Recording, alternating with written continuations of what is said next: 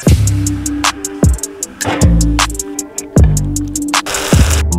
இன்னைக்கு நாம இட்லி தட்டுல முட்டையை ஊத்தி ஒரு சூப்பரான முட்டை இட்லி மிளகு கிரேவி எப்படி செய்ய இந்த வீடியோல பார்க்க போறோம். இந்த வீடியோ வித்தியாசமா அட்டகாசமா இருக்க போது இப்போ வாங்க நம்ம முட்டை இட்லி மிளகு கிரேவி எப்படி செய்யணும்னு பார்க்கலாம்.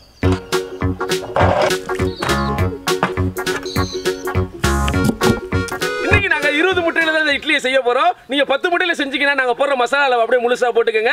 அதுவே நீங்க 5 முட்டை அளவுல செஞ்சீங்கன்னா நாங்க போடுற மசாலா பாதியை போட்டுக்கங்க. இப்போ வாங்க நம்ம முட்டையை எப்படி இட்லி மாதிரி வேக வைக்கிறதுன்னு பார்க்கலாம். முதல்ல இட்லி தட்டை எடுத்துக்கங்க. இதுல இட்லி ஊத்துற எடை சைஸுக்கு வாழை இலையை கட் பண்ணி வச்சிருக்கோம். அதை இந்த குழிக்குள்ள வச்சுக்கலாம். அடுத்து நம்ம எப்போ யூஸ் பண்ற அலையாத்தி மரச்சக்கலாற்ற சுத்தமான கடலெண்ணெயை இட்லி ஒட்டாம வரதுக்காண்டி இந்த இலைகளுக்கு மேல லைட்டா தடவிக்கலாம். இப்போ 20 முட்டையை ஒவ்வொரு குழிலையும் உடைச்சு ஊத்திக்கலாம். ஹாஃப் ஆயிலுக்கு போடுற மாதிரி கொஞ்சம் உப்பு மிளகுத்தூள் இதில் தூவிக்கலாம்.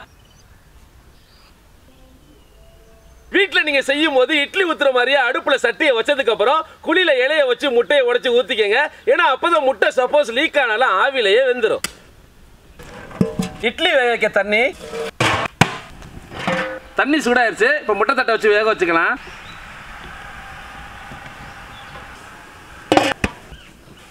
ஒரு 20 நிமிஷம் ஆயிடுச்சு. முட்டை நல்லா வெந்திருக்கும். இப்போ எடுத்துடலாம்.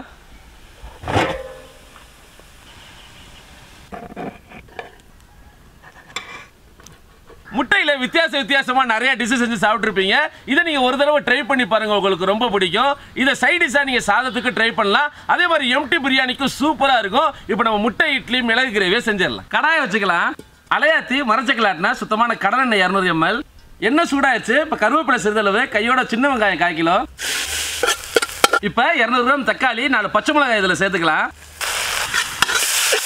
அடுத்து தேவையான உப்பு. தக்காளி நல்லா வதக்கிக்கங்க. இப்போ மஞ்சத்தூள் 5 கிராம், மிளகாத்தூள் 5 கிராம், இஞ்சி பூண்டு பேஸ்ட் 50 கிராம் இதில் சேர்த்துக்கலாம்.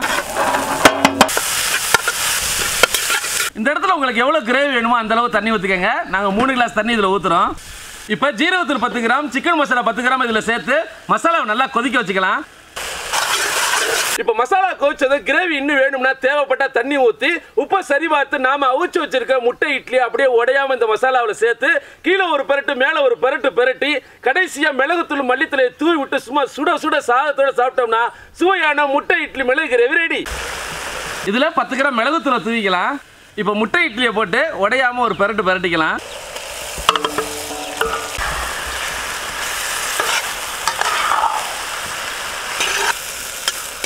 கடைசியா மல்லித்தூளை தூவி இறக்கிடலாம்.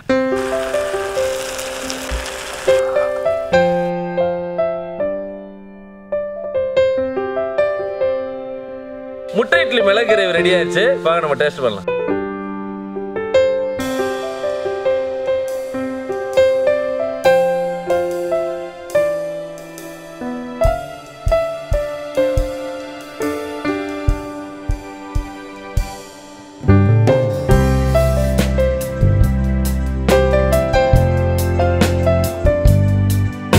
முட்டை இட்லி மிளகு கிரேவி நினைச்ச விட செம்மையா இருக்கு. கண்டிப்பா நீங்களும் ஒரு தடவை ட்ரை பண்ணி பாருங்க. ரொம்ப லைக் பண்ணுவீங்க. இந்த வீடியோ உங்களுக்கு பிடிச்சதா லைக் பண்ணுங்க, ஃப்ரெண்டோட ஷேர் பண்ணுங்க, மறக்காம பேஜை ஃபாலோ பண்ணுங்க. மீண்டும் அடுத்த நல்ல வீடியோட சந்திப்போம். பாய்.